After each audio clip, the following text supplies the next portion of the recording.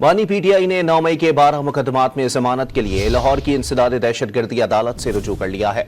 मजीद जानते हैं don news के नुमाइंदे राना बिलाल से। जी राना बिलाल, बताइएगा दरखास्त में क्या मौक़िफ़ इख्तियार किया गया है? जी देखिए, बानी पीटीआई ने 9 मई के 12 मुकदमात में जमानत के लिए लाहौर की इंसदाद दहशतगर्दी अदालत से रुजू कर लिया है। बानी पीटीआई ने अपने वकील सलमान सफदर की वसातत से ये दरखास्त जमाने जो है वो लाहौर की इंसदाद दहशतगर्दी अदालत में दायर की हैं। उन दरखास्तों में यह मौक़िफ़ इख्तियार किया गया है कि बानी पीटीआई तमाम मुकदमात में जुडिशल रिमांड पर जेल में है।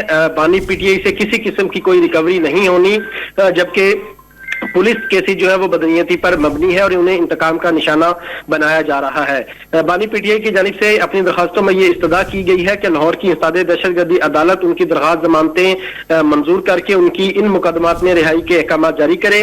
बानी पीटीआई पर जना हाउस हमला केस, अस्करी टावर समेत दीगर 12 मुकदमात लाहौर में दर्ज किए गए थे और लाहौर की हाई कोर्ट की जानिब से उनके जिस्मानी रिमांड को कलअदम करार दिया गया था। और अब इन 12 मुकदमात में रिहाई के लिए बानी पीटीआई ने 12 दरखास्तें लाहौर की इंसदाद दहशतगर्दी अदालत में अपने वकील बैरिस्टर सलमान सफदर के जरिए दायर कर दी हैं, जिनमें उनका ये कहना है कि जुडिशल रिमांड पर जेल में मौजूद है और उन्हें उनसे किसी किस्म की कोई रिकवरी भी नहीं होनी और उन्हें बिला जवाब जेल में रखा नहीं जा सकता। इसलिए उनकी जमानतें मंजूर करके इन 12 मुकदमात में रिहाई के अहकाम जारी किए जाएं।